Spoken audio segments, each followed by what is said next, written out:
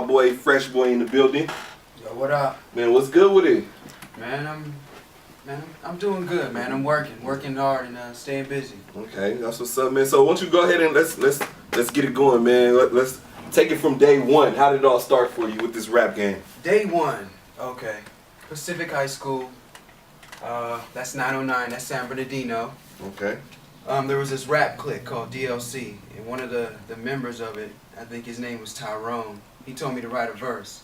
Now, I ain't never before ever even thought about writing a verse. Okay. And he was like, just write one. I mean, that was a time when people were listening to Cash Money before it was Drake. Yeah, okay. You know what I mean? So that next period in class, instead of doing my classwork, kids don't try. Yeah, kids don't try that at home. I wrote a verse and the class was over, and I found him and I rapped my verse to him. He looked confused and dazed because he didn't expect it. Yeah, he didn't expect it. So, I mean, from that point, I was about 15, 16, till, you know, where I'm at now, man. That's how it began, as far as rapping is concerned. Okay, so some of your influences is Dr. Dre, Jay-Z, Oh, yeah. Pac, Eminem, LL Cool J. You took and Rakim. You took it back right there, man. Most young dudes don't know nothing about them. Well, that's the foundation of hip hop. You know, Yeah. Cats like that. You know, they're some of the pillars that hold up what people are doing today, and these guys are legendary to me, and they influence me, you know, lyrically and just, you know, how they affected hip hop and American culture. Okay, so what about them really caught your eye and caught your ear as a consumer? As a consumer, Rakim, his lyrics, you know, the stuff that he was saying at that time was beyond me. But as I got older, I would listen to his music. I'm like, wow, this dude was like teaching me as he's rapping, and it sounds good. And like LL is just, man, he's versatile. Okay. You know, he raps to the women, and then he'll get lyrical and just mean. mean. Like when he cannabis, destroyed cannabis. When I like cannabis, but he shouldn't have did that. I like cannabis, man, but LL was just on a mainstream battle type thing and just destroyed him. He did his thing. All right, man. So, so from writing that verse, where'd you go next with music? Like, what was your next step? My next step, honestly, it was I was probably about 18, and it was like my birthday, and I told my dad, I was like, "Yo, I want a beat machine." He looked at me like, "You want a beat machine?" "Yeah, I want a beat machine." So we went to like Sam Ash and like Lakewood or something like that. That's like Long Beach. And I got like a Roland 303 groove box. I was in love, man. It was like my first love, my first woman, and I made beats every day up until that point, up until today. You know what I mean? So you still make beats? Yeah, man. I still make beats. I love making beats. It's like almost like eating breakfast or lunch. Okay, so I gotta do it. Explain that first feeling of that first beat you made. How'd you feel about it? I felt like I was listening to Mass Confusion. It was just stuff on stuff on stuff. You know what I mean? But did it take you a while to figure it out?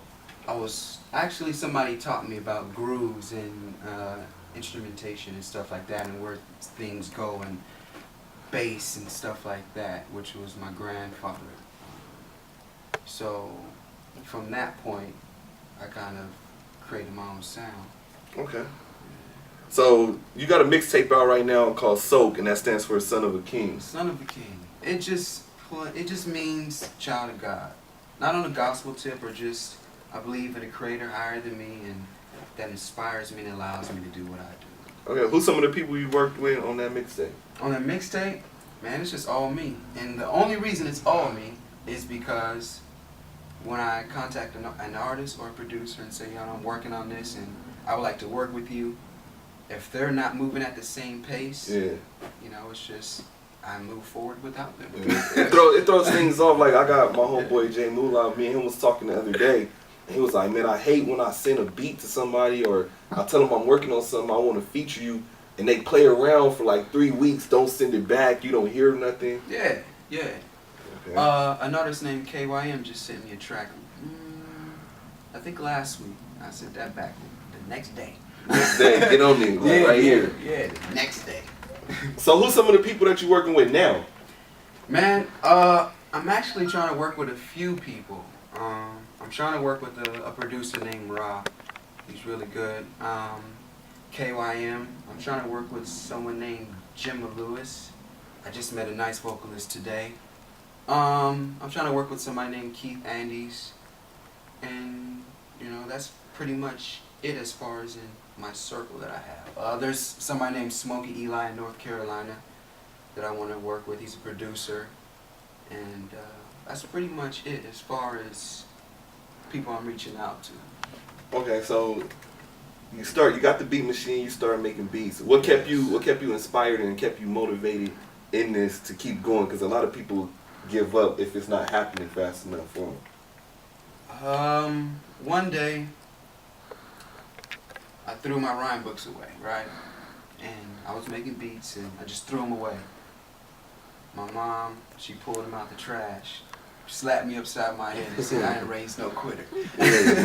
And, you know, I started to meet people who were successful and, you know, successful doing what I wanted to do. And that inspired me. You know, people with platinum plaques on the wall who would allow me to be in the studio with them. Yeah. So that kind of inspired me to keep going. I could see with my physical eyes that, you know, it's possible to succeed. What's some of the most valuable information that you received from the people that kept you motivated or that actually motivated you to want to go harder? Be yourself. Work hard. Stay determined. Forgive me about that. And just create your own sound. A lot of people, producers and artists, are kind of like duplicating what's hot. Yeah. And you know, I really don't want to follow that trend. Okay. Yeah. So, what's some of the tactics you gonna use to not follow that trend? I'm gonna be myself, regardless if you like me or not. Yeah. Okay. You know what I mean? Like I say that in the most humble way I can say it. Like, I don't think I was created to be like anybody else, and no one's gonna really stop me from being me. You know, there's only one way to do that. And that's to be you. Yeah. Okay, so with that being said, man, where do you plan on with the next project? It's gonna be called In My Reign. In My Reign. Yeah, that's what it's What could we be looking forward to hearing in that project that separates that one from the first project? Features and production from other talented producers, and that's it. I think that will be a nice growth as far as people seeing me or hearing me doing things that I don't normally do, but still being myself. Like what?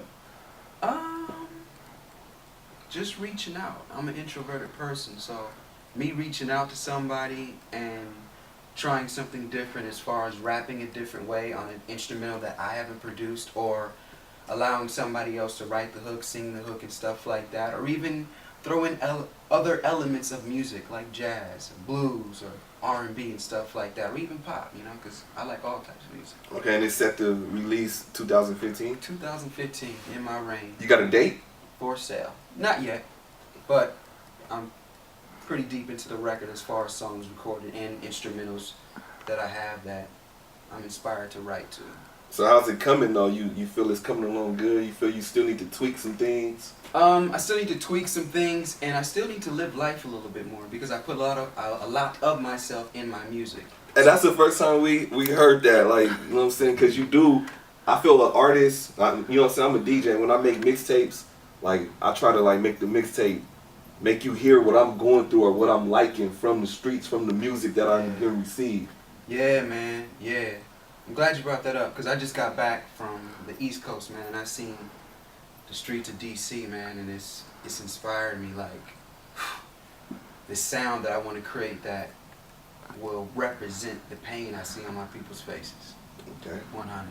All right, man. That's part one of the interview right there. We got a track we're gonna play from Fresh Boy. It's called "Everybody Know Me." You want to get into a little insight on that? Everybody know me. It was just, it's like a cocky, arrogant type of thing. I was feeling myself, this pretty girl, and myself, and it's like everybody know me. You know what I mean? And I believe that's true. And if you don't know me, you will know me.